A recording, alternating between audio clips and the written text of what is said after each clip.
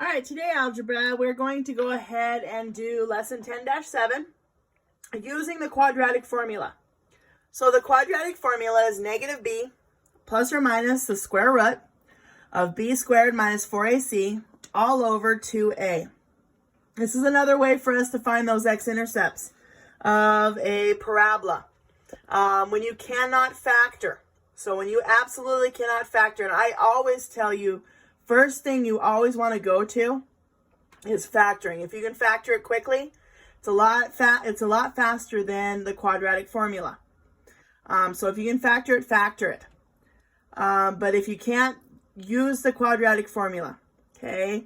Completing the square, which you did last week, that would be a last resort that I would probably use. When we use the completing the square is mostly for like vertex and stuff like that. So completing the square would be my last go-to.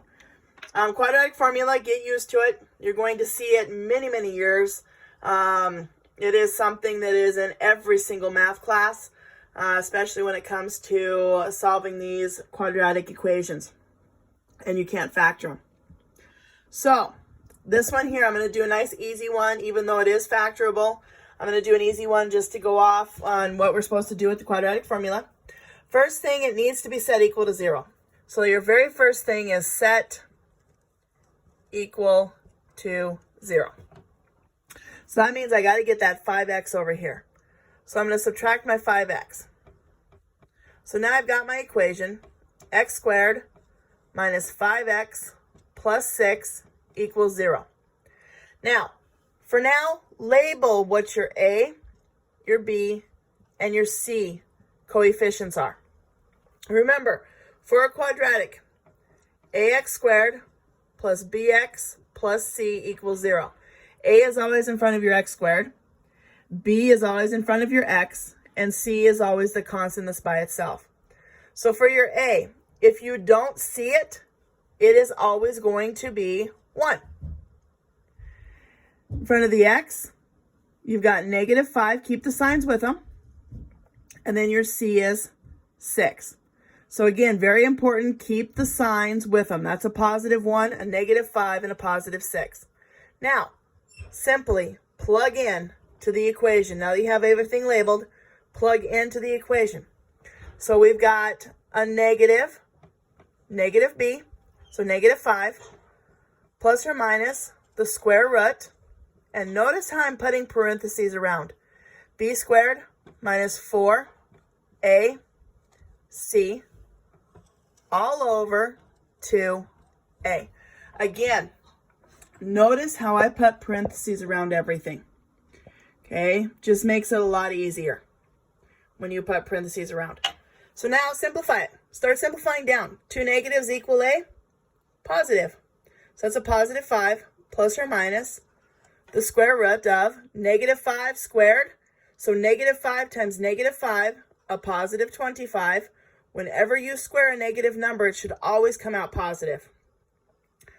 Negative 4 times 1 is negative 4. Negative 4 times 6, negative 24. So that'll be 25 minus 24, all over 2 times 1, which is 2. Well, what is 25 minus 24? 1. All over 2. What's the square root of 1? 1. All over 2. So now simplify this down. So now I'm going to take 5 plus 1 divided by 2, and then 5 minus 1 divided by 2. That's what that plus and minus stood for. So what's 5 plus 1? 6. What's 6 divided by 2? 3. 5 minus 1 is 4. What's 4 divided by 2? 2. So my solution is x equals 3 or 2. And again, you should always have 2 answers with that plus or minus. So there's just the basics of the quadratic formula. Nice little basic, easy one. Okay, so let's do another one. Okay, this one here. Again, make sure you get that 11 on the other side, so we got to set it equal to 0. Since it's positive 11, to take it to the other side, make it negative 11. So now you got 2x squared plus 3x minus 11 equals 0. Label.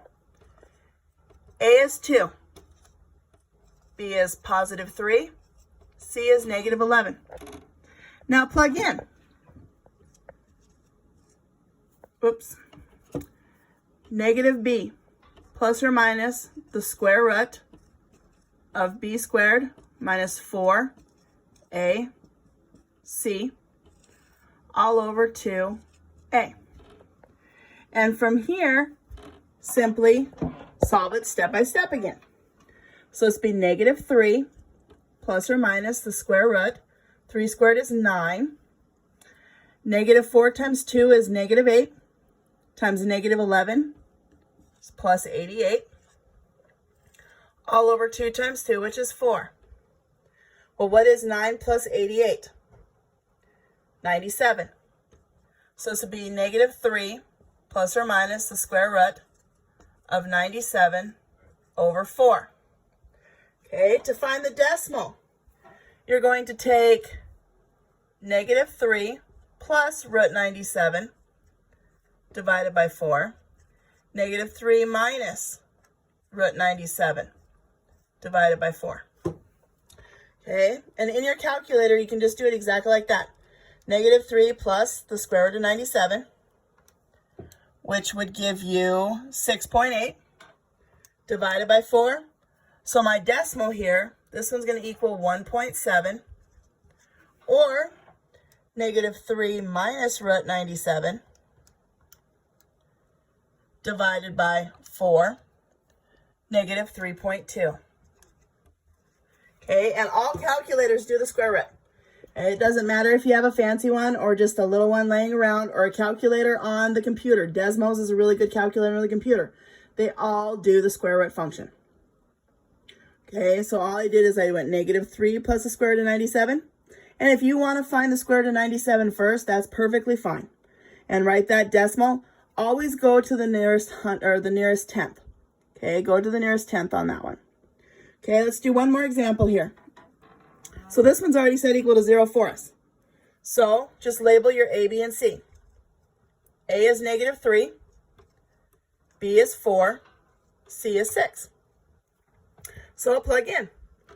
Negative b plus or minus the square root of b squared minus 4ac